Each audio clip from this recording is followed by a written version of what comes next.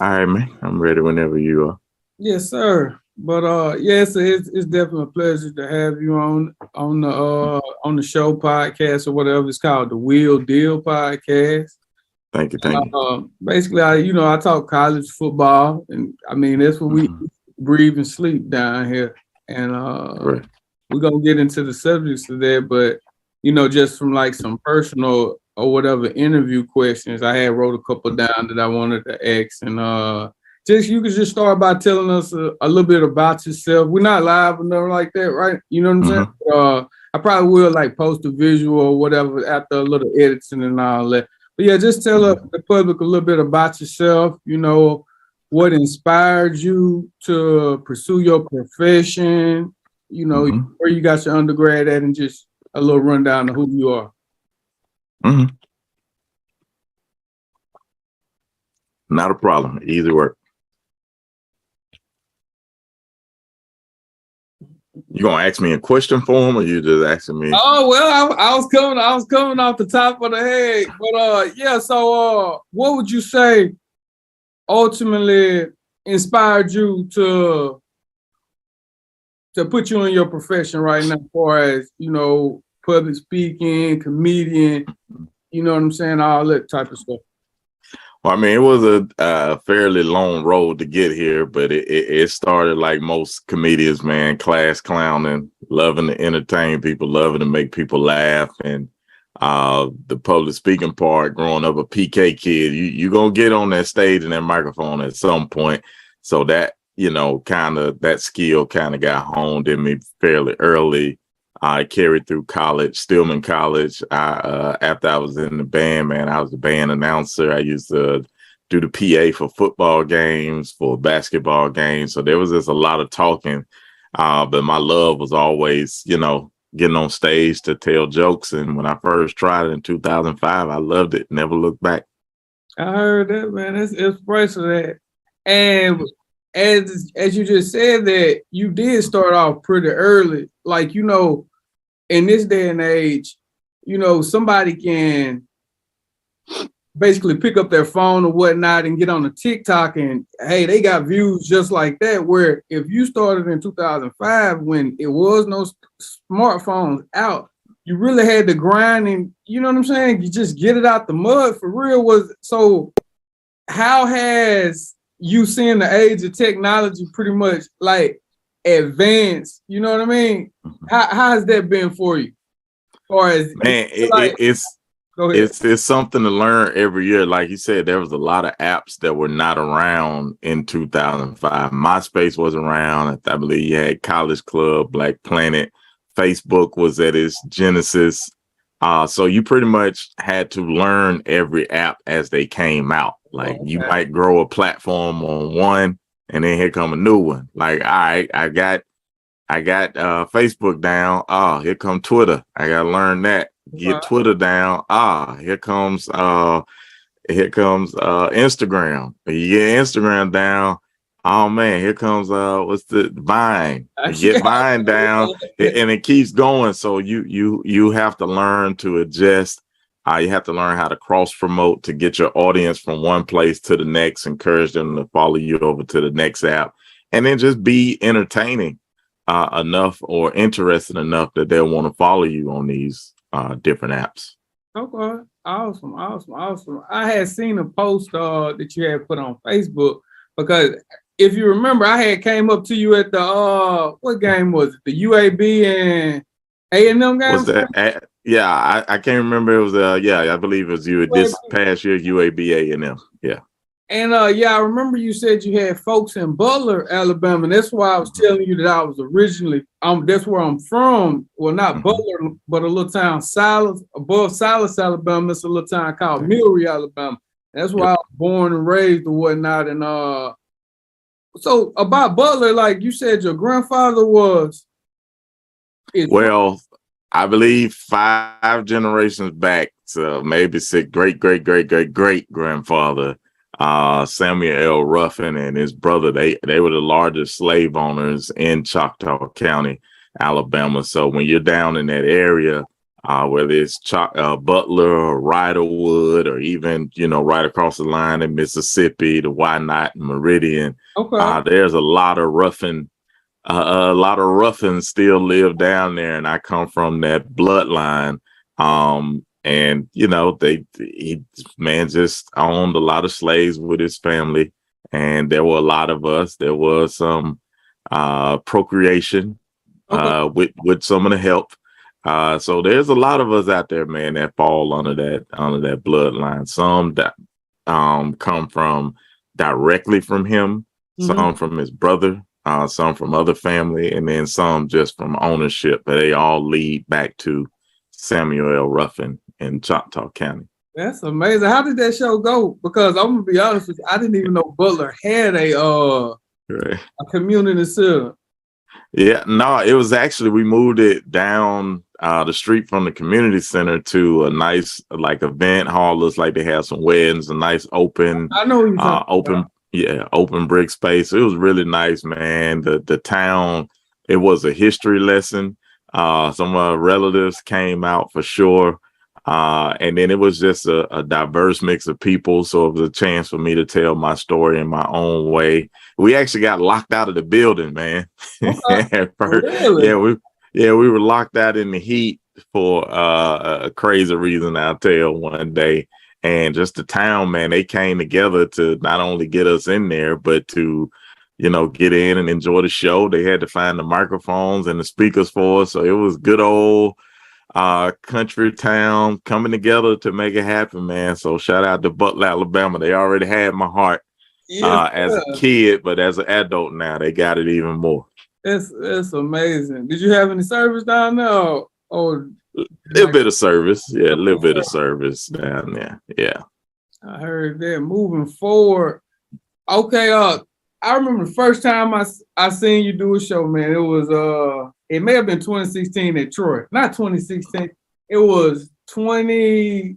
You did the step tease. 2014. Was it 20? Listen, I've done, outside of 2020, the COVID year, I've done the step tease at Troy every year from 2007 up until now. So that could be any year. That could be any year. It was one year. It may have been my freshman year, and no, I want to say it was my junior year, because I had I'm a Phi Beta Sigma or whatever. And we wasn't on the yard, and you made a joke or whatever, and I was the only one that blew Phi because nobody else blew Phi. Man, you know what? I remember, and I kind of remember the joke I told. I said, "Damn, he gonna have to turn around and answer himself." I believe that's the exact joke that I told. So, yeah, man, Troy University. I spent so much time down there, and I get so much love from there. People really think I graduated from there, and I used to nah, I'm from there. I don't even correct them no more, man, because Troy started booking me before any school did, and for them to still be doing it into the 2020s, man, that's just love right there. Shout out to my man Sadars Williams, my frat, who still works down there. Derek Brewster, my guy. Sad saw me hosting the Camille Armstrong Step Show in February of 2007. And so he invited me down to Troy, that August for the step tease in the Claudia Crosby Center, man. And that just became home. They started, asking me to come back for homecoming. There was a span of shows in Troy where if I wasn't hosting, they get on Facebook and Twitter, be like, where the is Funnymaine? So it's just always been love, man. I still go down to the homecomings. I've seen so many people from Troy come in as freshmen, leave. I've seen people get married. I've seen people get doctorates. Like I've seen it all. And then my nephew and my little cousin, because she feels like a niece because of the age, but that's my little cousin. She's down there. He's down there. They having a blast. And I know it was kind of my influence and always speaking highly of Troy, but they got him down there. I heard that. Go Trojans. We got Texas State this weekend, so we're going to see how they go. But moving forward, Okay, we can go ahead and get into some of the college football questions, and I like to do a little thing, buy or sell.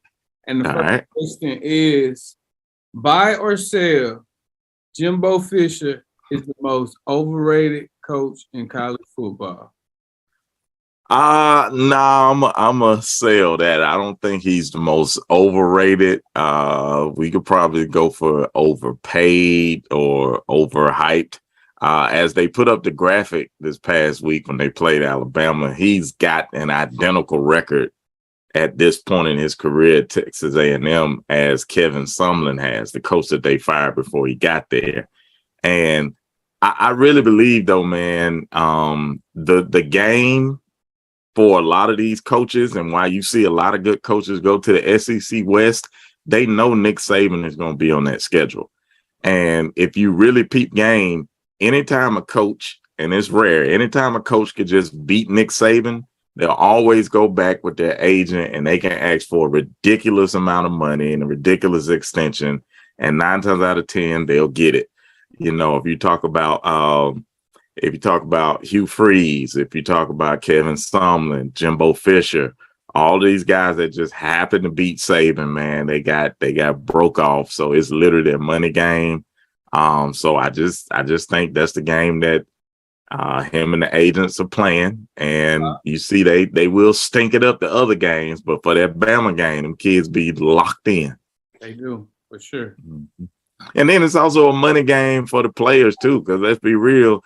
You go out there and show out on Bama, the whole world watching, you're probably going to the league. There's a lot of people's Heismans that have came through them beating Alabama. I don't think as great a season as Cam had, as great a season as Manziel had, as great a season as Tim Tebow, Joe Burrow, as they all had. If they had lost to Bama, they wouldn't be getting that Heisman. As we saw, the years that they lost to Bama, they were not in Heisman contention. But when they beat Bama. Oh, okay. So the Bama effect. I heard. Absolutely. It's absolutely a Saban effect. And I don't say that arrogantly. It's just the proof is all there. It's in the pudding, for sure. For sure. Okay, we can move forward. My next buy or sell is buy or sell. If Bryce Young doesn't play Saturday, the Crimson Tide are still in good hands with Jalen Milroe. I'm gonna have to sell that. It's not right now. This not taking anything away from Jalen Milroe, outstanding athlete. He just hasn't had the experience. Coach Saban even said it last week that he just played too tight. He was anxious, trying to overdo it. That doesn't mean he won't get better. The more experience in real-time games that he has. But I just think right now, he's probably not there. And you don't want to get broken into the fire, against a good. You already got broken in against a good playing Texas A&M team, but they also had a backup quarterback. And now this Tennessee team, to be honest, they're playing lights out. So I guess that means I should buy instead of sell it. But I hope everybody understand what I'm saying. Yeah, I think he'll be ready, but I don't think he's ready right now. I heard that. Okay, my next buy or sell is buy or sell. The Georgia Bulldogs deserve the number 1 ranking. College football week 8. Going into college football week 8. I'm gonna definitely sell that. The past 2.5 weeks, man, they just haven't looked like the dominant team that they were maybe the first 3 weeks of the season. I'm not sure what's going on. I don't know if they're bored or what, or if the competition got better and the people are game planning better. But no, they haven't looked the part that I saw, early in the season. Their fans know it. I'm pretty sure they know it. But I would give it to Ohio State right now. Ohio State has won all of their games by double digit. You can, make the argument about who they played, but that's what you're supposed to do. You know what I'm saying? If you're playing somebody who's quote unquote inferior on paper, then you should dust them and not let it be a struggle win. So they've been handling their business. So right now, at this point, going into week 7, I would give it to Ohio State. Ohio State. Okay. They are playing lights out. I seen that kid, what's his name? Marvin Harrison Jr. Yeah, man. And big time receiver, the big time receiver. I was very, very impressed. Yeah, and at my age, I know that name well because I watched his dad do his thing at the Colts. So yeah, that lineage is sincere. I feel like Ohio State. Harrison, I feel like he's a little underrated. Like I feel like people don't, when they mention the greats or whatnot, I feel like Marvin Harrison gets overlooked sometimes. You feel like that? No, I definitely agree with that. It could be the fact that he also had the split catches with some other great wide receivers while at Indianapolis. A lot of people said he was undersized, but he was as sure-handed as they come. He wasn't a flashy guy. Like he wasn't going to do a lot in the interviews and all that. He was just handling his business and a great receiver, and that seems to be a lot like his kid is. I heard that. All right, the next segment that we'll move to is called "If I Were a Betting Man." First question is, finish the sentence. Yeah, what's called? Finish the sentence. Finish the sentence. All right. Okay, so finish the sentence. Who gets fired first? Brian Harsin. Harsin. Or Brent Venables? Harsin. Ooh. I already knew you were going there with Brent Venable. I think Brent Venable is still in the honeymoon stage. He could probably throw a lot of the kids that he inherited under the bus. But Harsin, it's a different situation. Nobody seems to be happy down there. Players, coaches, boosters, and nobody. So it looks like every week you're just kind of waiting, for it to drop. He's not going to walk away and mess up his buyout money. So they're going to have to fire him and they're going to have to pay him. So. Okay. But it's definitely going to happen pretty much what it's looking like, huh? Oh, yeah. I heard that. Because I know it was 4 people that people were looking at to get fired. And I think 2 of them are already gone from Nebraska and Georgia Tech. Herm Edwards is out at Arizona State. So that pretty much only left Brent Venables, who got rocked by Texas. And of course, Brian Harsin. So I already knew you was going with that one. Okay, the next if you were a betting man question is, if you were a betting man, which top 25 team gets upset this weekend? And not just judging off like the Alabama and Tennessee, because right. Or Auburn and Penn, not Auburn and Penn State, but who is it? Penn State and Michigan. But right. Other teams. I mean, a lot of it's a lot of top 15, I believe, matchups this weekend. So Penn State and Michigan is usually always a toss-up. So I wouldn't consider any of them a upset. You got to look at Bama versus Tennessee. That's the only one where there could possibly be an upset. Because everybody's kind of on pins and needles. Like, is Bryce going to play? Is Bryce not going to play? And even if Bryce doesn't play, what are we going to get from Jalen Milroe? Is he going to be improved? Is he still going to be shaky? Will we have a passing game? So there's a lot of questions around that. So that Tennessee without a healthy Bryce, or, Bama without a healthy Bryce, or just a 80% Bryce, that puts Tennessee in a good position to upset the Tide. Okay. The next question is, or finish this sentence. My most surprising undefeated team thus far in the college football season is UCLA. I don't know why people are not paying attention to the collision course that UCLA and USC are on, but they are out there playing some ball. Chip Kelly is just quietly creating a monster out there. I had a chance to check them out. Maybe not last week, but week before that. And yeah, man, they're playing some good ball out there in the Pac-12. You throw in Utah in the mix, who I believe has only lost 1 game, and you still got Oregon. So a lot of people not paying attention to UCLA, but I am. I heard it. Well, I'm gonna be completely honest. UCLA, I wasn't sold on UCLA simply because that when they started off, they beat up on Alabama State. They beat up on Alabama.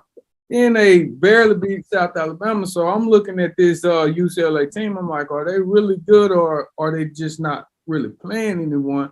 But if I'm not mistaken, South Alabama is maybe 4-1 right now. So maybe South Alabama is a pretty good team. But I really want to hold on UCLA till they just got their win this past weekend. Mm-hmm. Well, like I said, I'm sold on the man. The coach has got the pedigree. Looks like he's been out there recruiting. They're quiet. And I don't know if you ever been to LA, but LA is pretty nice. So I'm pretty sure you can get some recruits out there. And he looks to be doing it. Stadium though, but from what I'm looking at the game. Yeah, well, that's partly because college football has been so slanted toward the South. And I've had some conversations about that, about how I feel like they should have went to a 16 playoff and not this 12-team playoff that they're talking about. So if you do a 16 playoff, Power 5, and then one at-large bid, I believe you should take the automatic from all the Power 5s and then have one toss-up in there, which would have left room for maybe like a Cincinnati last year or something. But you want representation on TV from every region. You know, if you're getting 2 SEC teams in the championship, which has happened more than once, you know, that's not good national intrigue for television, whatever. But also, if you take the conference champions from those 5, you really got a 10-team playoff now because all of the conference championships are the playoff. Like the winner is going to the playoffs, so you got to watch the championship. And I just don't know why they don't listen to me. I have great ideas. But yeah, I would open it up and make it more appealing for people on the West Coast. And then that time difference, you know, you got to stay up late to watch the good Pac-12 games, and a lot of people ain't doing it. Up, to be completely honest with you. Right. So yeah, that Pac-12 after dark is tough on our side because we get up at 8:00 watching game day. And you devouring all the games. So by the time it's 10 at night, you're like, all right, that's enough. I understand that. Let's get in the second half. Let me flip my page real quick. All right, do you think?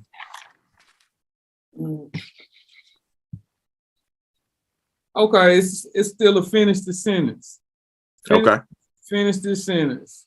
The Mississippi State Bulldog upsets who this year? Oh man, Mississippi State, I believe, has only lost one game. They're playing pretty good. They've been manhandling team. They manhandled Texas A&M. Yeah. Somebody else they manhandled. Arkansas. Yeah. So they're playing some good ball, man. Them cowbells are rocking. Mike Leach has got the offense looking like a Mike Leach offense. Kentucky. They play Kentucky this week. Okay, so they got Kentucky this week. Kentucky has kind of been slipping lately, so they should probably handle them. I know they'll have the Egg Bowl coming up. They always play Bama late November. Not even sure if Tennessee or Georgia is on their schedule. I would say, and this probably doesn't look like an upset based on the way they're playing this year, but they don't usually beat this team, but they'll probably beat up on LSU this year. Okay. I think everybody else they'll have some problems with, but LSU I think will be their upset game this year. I heard it. Okay. Okay. This is another question. What's the difference from a finalist and an analyst? Well, the analysts, as you look on TV, most of them have played pro ball. They played college football. So they're giving you insight from a player's perspective. Like they're talking about a lot of the X's and O's, and they're usually on point about a lot of things, especially like in-game things. Their predictions usually flawed, but after the game, they can break it down what they saw during the game. They can talk about what they saw. Me, I've never played professional ball like that, but I've enjoyed football as a fan. So that's why I say I'm not an analyst, I'm a finalist. So I can tell you what it looks like from the fan. And I only try to talk about things from the fan perspective. I ain't gonna try to tell you, who was in the A gap and who did deny. That ain't my thing. Yeah.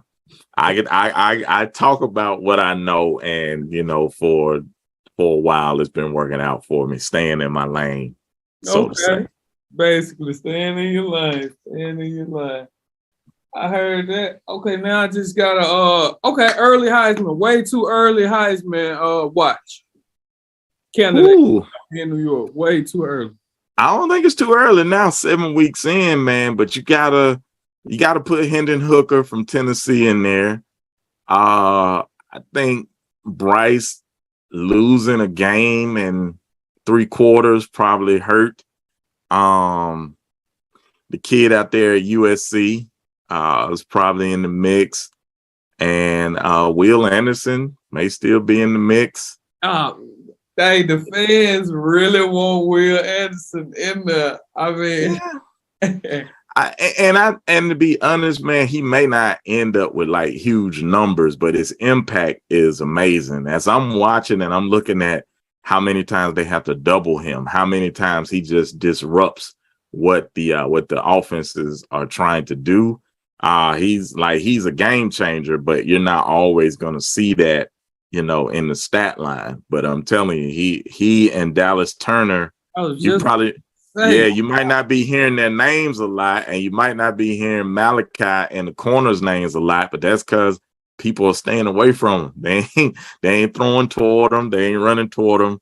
Nothing like that. So, yeah.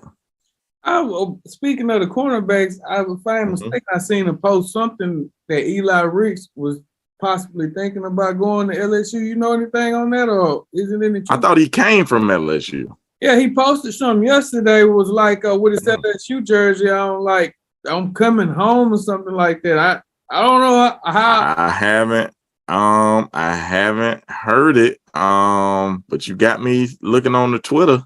Is he on the field? Like he hadn't been playing, if I ain't mistaken. Again, it's hard to tell because, like I said,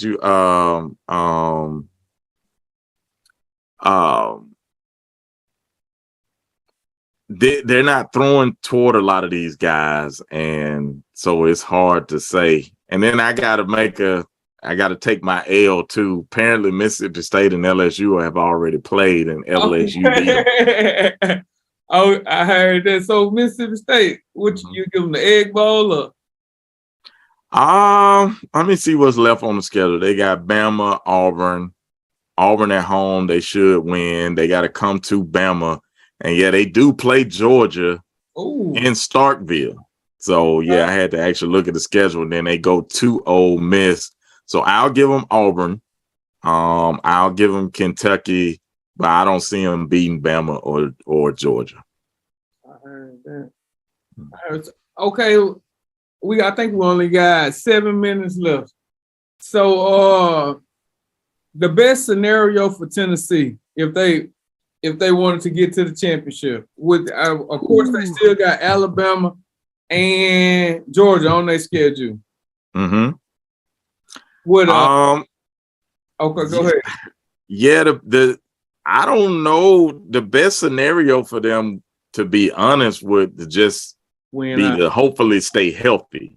Okay. That's the first thing.